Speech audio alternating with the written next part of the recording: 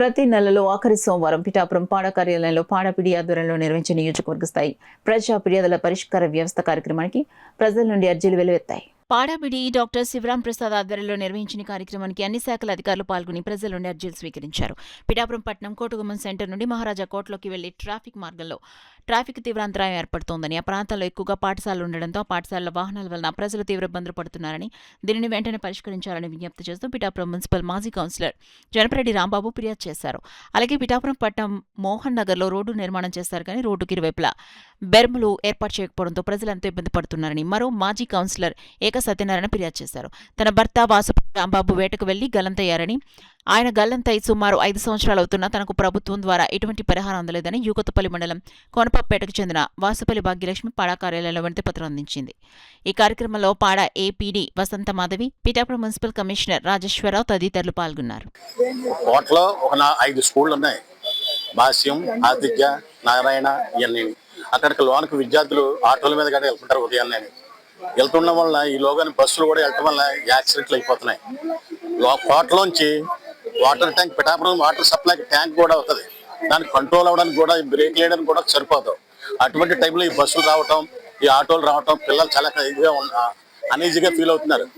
ఏలిని వారు దయతలిసి అక్కడ దానికి ప్రొటెక్షన్ పెట్టడం కానీ, లేకపోతే ఫోల్స్ చేయటం కానీ, బస్సులను అలాగే మున్సిపల్ ఆఫీస్ వెనకాలకి డైవర్ట్ చేయటం కానీ చేయాలని కోరుతున్నాం.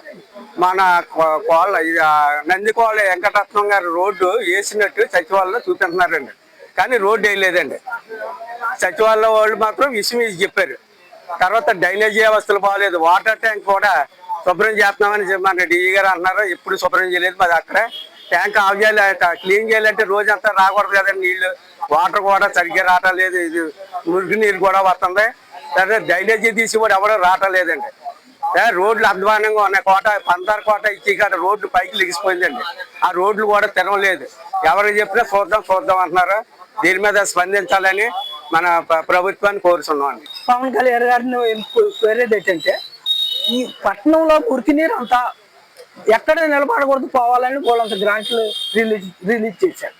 ఆ గ్రాంట్కి ఏం చేయాలండి, అవుట్లైట్ ఉన్నాయి. చుట్టుపక్కల టౌన్కి 4 అవుట్లైట్లు ఉన్నాయి. 4 అవుట్లైట్లు ముందు తయారు చేసి మురికి నీరు అంతా అక్కడ పంపించి, అప్పుడు ఏమైనా డ్రైనేజీలు ఏమైనా లోకల్లో ఏదైనా పాడవుతే ఆ వర్క్ చెయ్యాలి. ఇప్పుడు దాన్నేమో ఎప్పుడో టెండర్ పిలుస్తారట. ఇప్పుడు బాగున్న కాలువని గోడ పడగొట్టేసి అదే గోడ కడుతున్నారు.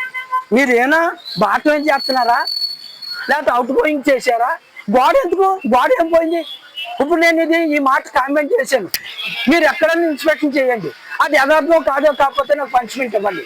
మున్సిపాలిటీ చేసే పనికి నేను తమరు దృష్టి పెడుతున్నాను.